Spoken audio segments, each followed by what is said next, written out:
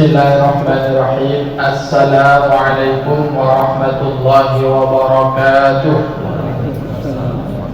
Alhamdulillah wala hawla wala quwwata illa billah. Ashhadu an la ilaha illallah wahdahu la syarika lah wa ashhadu anna Muhammadan abduhu wa rasuluh alladzi la nabiyya wa la rasula ba'dah. Hadirin wal hadirat jamaah salat isya dan tarawih Masjid Al-Muslimun rahimakumullah. Alhamdulillah, kita bersyukur kepada Allah. Salawat dan salam kita mohonkan kepada Allah atas junjungan kita Nabi Muhammad sallallahu alaihi wasallam. Allahumma salli wa sallim wa barik alaihi. Hadirin wal hadirat yang dimuliakan oleh Allah, malam ini kita ngaji satu ayat surah Az-Zumar ayat 44. Allah Subhanahu wa taala menyampaikan, a'udzu billahi minasyaitonir rajim. Qul lillahi syafa'atu jami'an. Katakan ya Muhammad, lillahi, milik Allah lah, asy-syafa'atu, syafaat, jami'an, semuanya. Di antara hal yang paling dinanti-nantikan dan diperlukan oleh umat manusia di kehidupan akhirat adalah mendapatkan syafaat. Nanti itu setiap umat mendatangi nabinya. Umatnya Nabi Musa datang kepada Nabi Musa, "Ya Musa, tolongin aku." Kata Musa, "Aku gak bisa menolongi kamu. Aku pun kebingungan menghadapi sidangnya Allah." Umatnya Nabi Isa pun datang kepada nabinya, minta pertolongan, minta bantuan. Dan bisa juga. Bahkan nabi-nabi yang lain itu menyuruh mendatangi siapa? Nabi akhir zaman, yaitu Nabi kita Muhammad sallallahu alaihi wasallam. Ayat ini menjelaskan, qul, katakan ya Muhammad, lillahi, hanya milik Allah lah asy-syafa'ah, syafaat itu. Artinya apa? Nabi pun tidak bisa memberi syafaat kecuali setelah diizinkan oleh Allah Subhanahu wa ta'ala. Apakah semua umatnya Nabi itu akan mendapatkan syafaat? Belum tentu. Hanya orang-orang pilihan yang bisa mendapatkan syafaatnya baginda Nabi Muhammad sallallahu alaihi wasallam. Siapa itu? Mereka yang benar-benar cinta kepada Allah, mereka yang benar-benar cinta kepada Rasulullah Muhammad sallallahu alaihi wasallam. Dengan dibuktikan dia mau melaksanakan perintahnya, menjauhi larangannya. Apa yang diajarkan oleh nabinya ia kerjakan, apa yang dilarang oleh nabinya ia tinggalkan. Itulah di antara umatnya Nabi yang telah akan mendapatkan syafaat dari Allah Subhanahu wa ta'ala. Jadi kalau selama ini kita hanya paham yang bisa memintakan syafaat itu hanya Nabi, ternyata ada amalan-amalan tertentu yang oleh Nabi disebutkan kelak amalan itu akan datang menghadap Allah dan memintakan syafaat untuk orang yang dahulu mengamalkan amalan tersebut. Malam ini akan kita bacakan hadisnya. Amalan apa yang nanti di hari kiamat, di persidangan Allah Subhanahu wa ta'ala, memohon di hadapan Allah agar orang yang dahulu mengerjakannya diberikan syafaat oleh Allah Subhanahu wa ta'ala.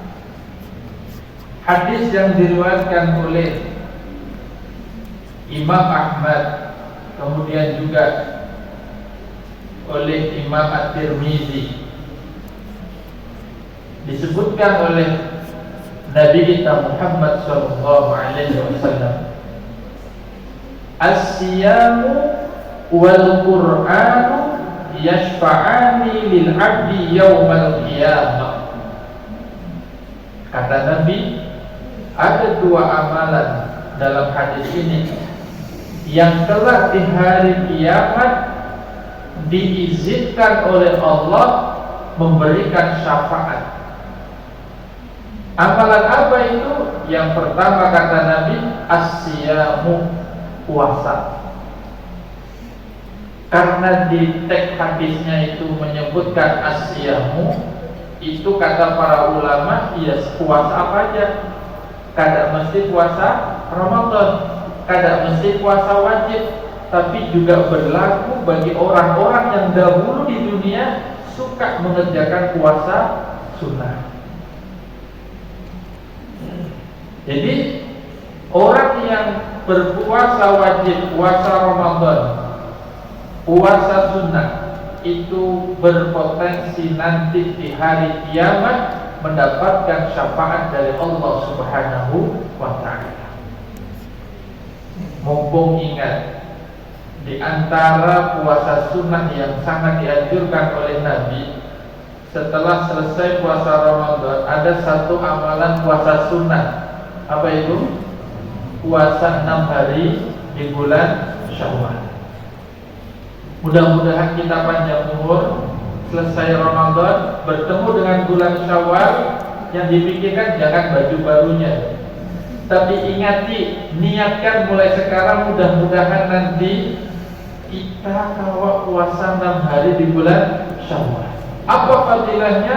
Kata Nabi kita Muhammad SAW, pahalanya sama dengan puasa 1 tahun. Buatlah dia puasa tahunan, ada sebulan aja sudah habis. Ini setahun.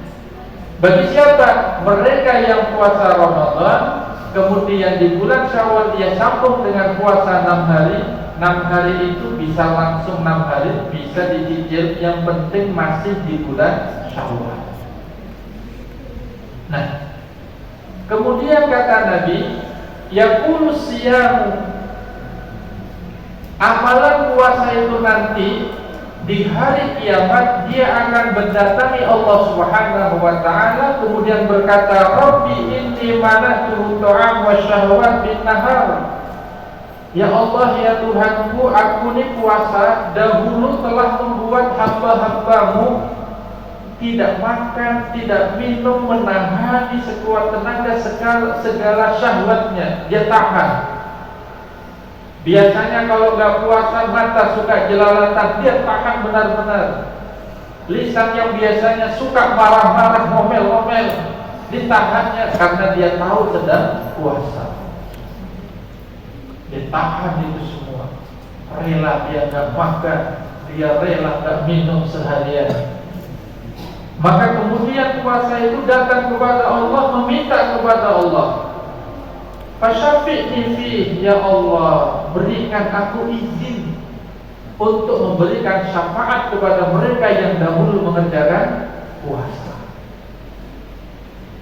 Kemudian yang kedua, yaqulul Quran, Al-Quran pun datang kepada Allah Subhanahu wa ta'ala, Rabbi mana'tuhun nauma bil lail, ya Tuhanku, aku dahulu menyebabkan di antara hambaku ini bangun di malam hari untuk melaksanakan tilawah Al-Quran, untuk melaksanakan qiyamul lail, dia berdiri sholat membaca ayat-ayatmu. Fasyafi'ni fi, maka izinkan hari ini ya Allah, aku memberikan syafaat kepada mereka yang dahulu bangun di waktu malam, qiyamul lail, tilawah Al-Quran. Apakah kemudian diizinkan? Dalam hadis ini dikatakan Nabi, fayashfa'ani, maka kemudian puasa dan tilawah Al-Quran tadi diberikan kesempatan untuk memberikan syafaat kepada mereka yang dahulu suka berpuasa suka membaca Al-Quran. Di hadis yang lain Nabi menyampaikan, Iqra'ul Qur'ana fa innahu ya'ti yawmal qiyamah syafi'an li ashabi. Bacalah Al-Quran, karena Al-Quran itu nanti akan datang pada hari kiamat syafi'an li ashabi, memberikan syafaat kepada orang-orang yang dahulu suka membaca Al-Quran. Ini bulan Ramadan, bulan yang memang membuat orang biasanya senang baca Al-Quran. Di luar Ramadan jarang pak orang tuh khatam Al-Quran dalam satu bulan. Tapi di bulan Ramadan ini banyak orang Muslim satu bulan khatam sekali. Ada yang 2 kali, ada bahkan yang sampai 3 kali. Itulah kehebatan bulan suci Al-Quran. Maka manfaatkan bujur-bujur bulan Ramadan ini, banyaki membaca ayat-ayat suci Al-Quran. Al-Quran itu nanti akan datang kepada kita, datang kepada Allah, minta kepada Allah, ya Allah izinkan aku memberikan syafaat.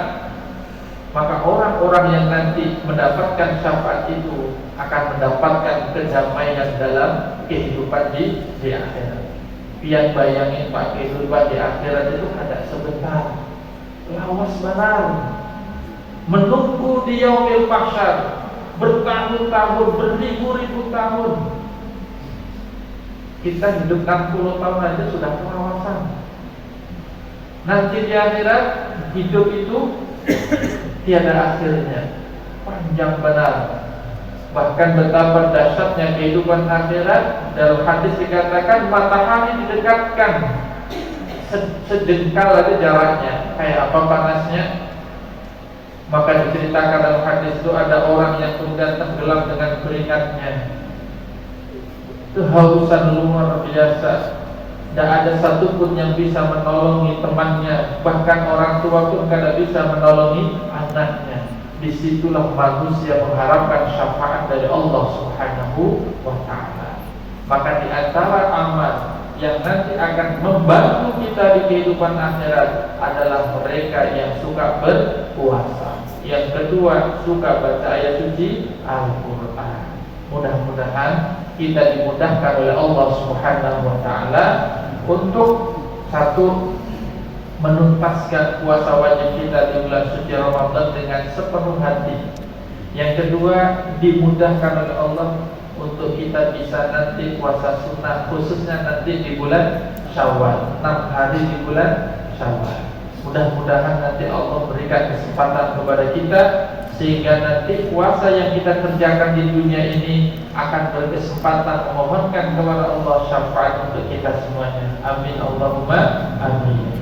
Mungkin cukup sampai di sini karena memang waktunya ya kultum ya, atau kulibas, kuliah 15 menit sampai 15 menit. Jadi udah cukupkan sampai di sini. Mudah-mudahan yang singkat ini memotivasi kita, satu, ya senang berpuasa, terutama yang wajib, syukur-syukur bisa juga yang sunnah.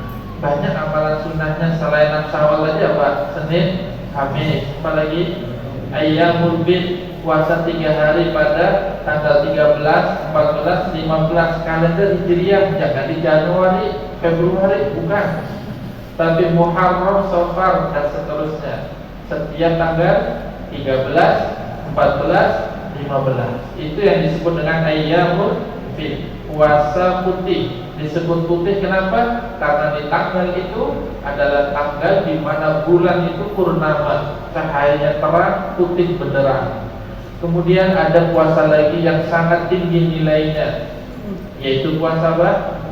Daud. Hari ini puasa, besok tidak, besoknya lagi berpuasa. Itu puasa warisan Nabi Daud yang tetap dilestarikan oleh syariat Nabi Muhammad Sallallahu Alaihi Wasallam. Dan masih ada lagi puasa-puasa yang lainnya. Mungkin sampai di sini. Terima kasih atas segala perhatiannya. Mohon maaf atas segala kekurangannya. Akhirul kalam. Assalamualaikum warahmatullahi wabarakatuh.